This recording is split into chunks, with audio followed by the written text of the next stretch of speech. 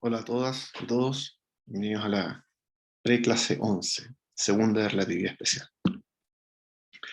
Vamos a revisar, para empezar, los postulados de relatividad especial, que merece decir que estos postulados también existen en la física newtoniana, en particular el primero que vamos a ver ahora, pero normalmente uno no los revisa explícitamente porque es una ciencia establecida, ya que uno normalmente para estudiar física newtoniana no necesita ir a los postulados fundamentales para desarrollarlo. Pero ahora que estamos introduciendo una nueva teoría que modifica a la física newtoniana, sí tenemos que hacer explícitos esos postulados. ¿Bien? El primero de ellos ya fue esbozado la clase pasada, espero haberles contagiado la convicción al respecto, y es que las leyes físicas deben tener la misma forma para todos los observadores inerciales. ¿Ya?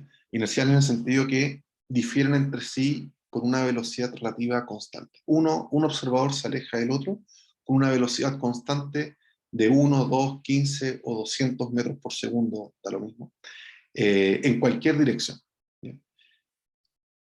Lo que significa el primer postulado es que ambos observadores pueden describir los mismos fenómenos físicos usando las mismas leyes físicas. Eso es algo muy bueno, que lo incluye la física newtoniana. Acuérdense que en física newtoniana ambos observadores miden la misma aceleración y la fuerza está definida en base a la aceleración. Y la ley de movimiento como tal no cambia para dos observadores que difieren por una velocidad relativa. Eso lo tenemos que extender a todas las leyes físicas, la mecánica, las ecuaciones de Maxwell y cualquier otra ley física que surja.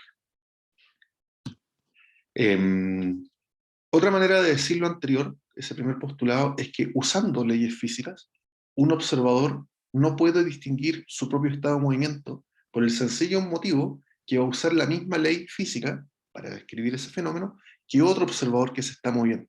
¿Ya? Entonces, usando leyes físicas y describiendo fenómenos, no tienen cómo decidir si es uno el que está en reposo o es el otro el que está en reposo. ¿Ya? O si los dos están en movimiento, no hay cómo.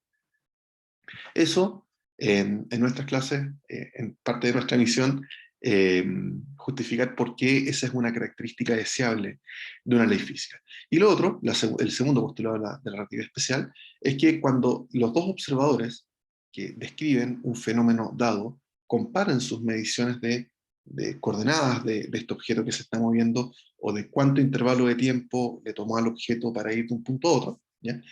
Estos dos observadores tienen que relacionar sus medidas de estas cantidades no a través de una transformación de Galileo, sino a través de una transformación de Lorentz, que introdujimos la semana pasada. ¿Ya? Esto es una síntesis que normalmente uno dice la relatividad especial es de Einstein, pero Lorentz hizo mucho a fines del siglo XIX para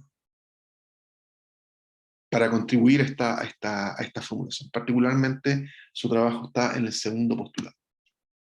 Normalmente, ese segundo postulado no se dice del modo que lo estoy diciendo ahora, sino bajo el hecho que ambos observadores, cualquier par de observadores, siempre miden la misma velocidad a la luz. ¿Ya? En la preclase anterior, y supongo que también en la clase anterior, vieron la justificación de cómo la transformación de Lorentz garantiza que la velocidad de la luz es medida con el mismo número por distintos observadores inerciales.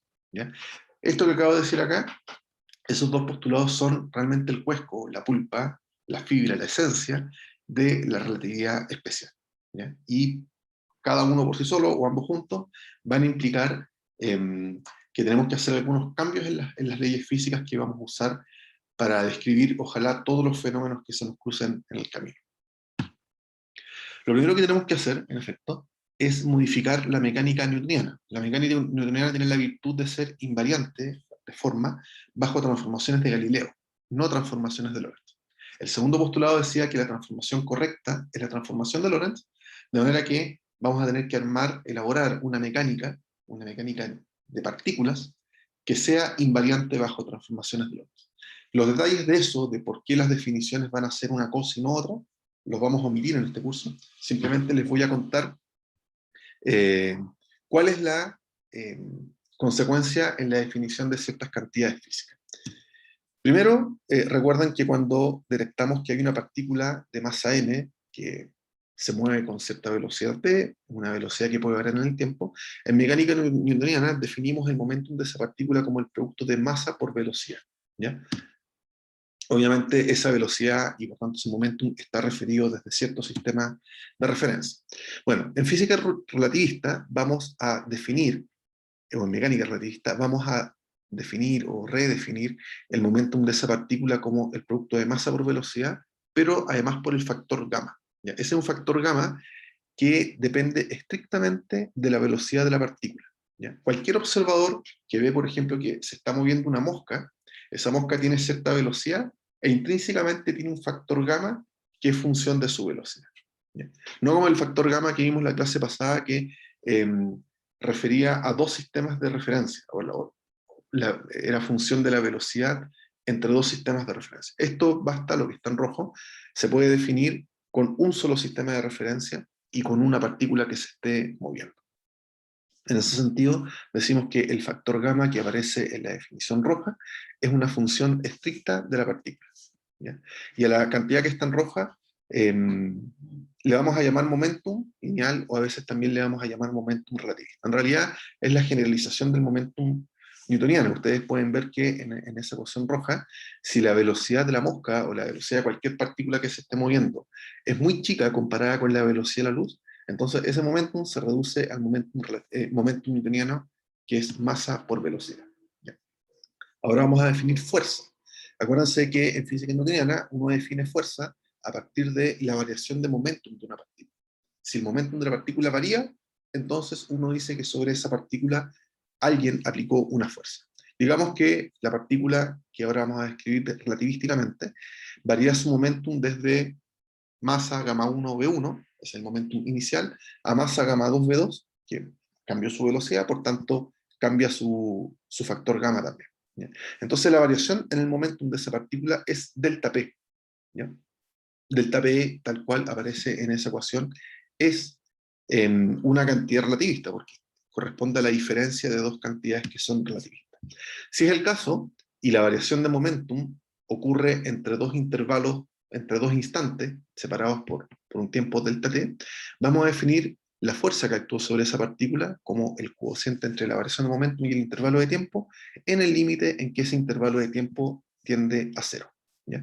Si uno desarrolla, pone ahí en la ecuación roja el momentum como gamma mb y desarrolla algebraicamente la derivada del producto, llega al resultado que está en azul, que puede parecer un poco complicado, pero la principal novedad que nos importa a esta altura de la película es que la fuerza no está atestiguada solamente por la aceleración de un cuerpo.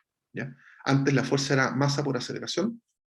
Bueno, ahora no es masa por aceleración, sino que está metido el factor gamma, está metida la velocidad. Entonces, algebraicamente es una fuerza un poquito más complicada. Eso es, expresamos la fuerza vectorialmente con tres componentes. Pero es un poco más abordable, algebraicamente, si pensamos que el movimiento del cuerpo, su velocidad y su momentum, varían solamente a lo largo de un eje, digamos del eje X. Entonces, cuando hacemos eso, las cosas algebraicamente se simplifican un poquito y la ley de movimiento que tenemos que usar, en lugar de ser masa por aceleración, fuerza igual masa por aceleración, en física relativista unidimensional va a ser masa por factor gamma al cubo por la aceleración. En algún momento vamos a ocupar eso con mayor detalle durante la clase. Ahora vamos a definir trabajo y energía en física newtoniana. Primero recordamos el caso newtoniano. Perdón, lo vamos a definir en física relativista. Primero vamos con el caso newtoniano. Pensemos en una partícula de masa m que, producto de las fuerzas que actúan sobre ella, se mueve a lo largo de una trayectoria. ¿Ya? Vamos a escribir el movimiento de esa fuerza, o antes lo escribíamos a través de un vector en posición que variaba en el tiempo, de manera que en un pequeño intervalo delta t o dt, la posición variaba en un pequeñito vector dr. ¿Ya? Eso ocurría muy probablemente porque sobre la partícula estaba actuando una fuerza que a su vez dependía del punto donde estaba la partícula instantáneamente. ¿Ya? Antes de hablar de fuerzas y aceleraciones, o de insistir con eso, que es la formulación newtoniana original de la dinámica, Nos podemos adelantar un tiempo en el desarrollo de las ideas y recordar la definición de trabajo, ¿ya? El trabajo que realiza esa fuerza verde entre dos puntos de la trayectoria A y B se define como la integral de la fuerza proyectada sobre el desplazamiento. Es el producto punto entre el vector naranjo y el vector verde a lo largo de toda la trayectoria, particularmente evaluada entre los puntos A y B. En principio, esperaríamos que ese resultado, ese integral que está en rojo, dependiese, aparte de los puntos A y B, dependiese de la trayectoria, ¿ya? Pero por suerte no depende de la trayectoria. Es una integral de línea que, por cosas de la vida, no depende de la trayectoria. Cuando uno ocupa la definición newtoniana de momentum y de fuerza, esa integral se reduce a la variación de energía cinética entre los dos puntos A y B. ¿Ya? La energía cinética newtoniana es un medio de la masa por la velocidad al cuadrado, y por eso que decimos que el trabajo entre A y B es la diferencia entre esa cantidad evaluada en los puntos A y B. Insisto que esa es la energía cinética newtoniana, ¿ya? Si usamos la definición relativista de fuerza y de momentum, hay que hacer la misma integral que está en rojo, uno se demora un poquito más, pero finalmente llega al resultado que está en naranjo, ¿ya? El trabajo entre los puntos A y B, el trabajo realizado por la fuerza verde, que está ahí, entre los puntos A y B, también es una función solo de los puntos A y B y no de la trayectoria, ¿ya? Eso es muy bueno, es una buena dificultad menos que nos arroja este resultado. El punto es que ese trabajo en física relativista también es igual a la diferencia en una misma cantidad evaluada en dos puntos, ¿ya? A y B. Y esa cantidad es gamma, el gamma de la partícula, función de su velocidad, por la masa de la partícula y por c cuadrado, que es la velocidad de la luz al cuadrado, ¿ya? En cualquiera de los dos casos, el verde o el naranjo, hablamos del trabajo, el teorema del trabajo y la energía, porque relaciona a la partícula, al trabajo realizado por una fuerza, con una variación en un parámetro estricto de la partícula, ¿ya? En física newtoniana es un medio de la masa por la velocidad al cuadrado, y en física relativista es gamma por mc cuadrado. Bueno, examinemos ahora el caso relativista. La energía de la partícula, lo que vimos recién, en naranjo creo que está, es mc cuadrado dividido por ese factor que depende de la velocidad, ¿ya? Vamos a decir que es una energía de la partícula, no es estrictamente una energía cinética, porque es no nulo cuando la velocidad de la partícula es cero, ¿ya? De hecho, cuando vale cero es mc cuadrado, no es cero, ¿ya? Por eso que no vamos a llamar a la energía de la partícula como energía cinética, ¿ya? Solamente por las razones que están ahí en verde, ¿ya? Hay una parte de esa energía de la partícula que está presente con o sin movimiento, con o sin velocidad, ¿ya? Entonces, como está siempre presente, vamos a redefinir, vamos a desglosar esta energía de la partícula en dos. Una parte que es solo cinética, energía probablemente cinética de la partícula, más una parte que está siempre, que es lo que llamamos E sub cero, ¿ya? E sub cero es lo que se conoce como energía en reposo, ¿ya? Y es el resultado de la energía de la partícula evaluado con velocidad igual cero. Eso da mc cuadrado. Y el resto es lo que conocemos como energía cinética relativista, que es la diferencia entre la energía de la partícula y la energía en reposo. Pueden ver que en la ecuación que está en café, cuando la velocidad vale 0, gamma vale 1, y por tanto la energía cinética vale 0. Bueno, esa es una partícula que es una energía sorprendente, que siempre está, ¿ya?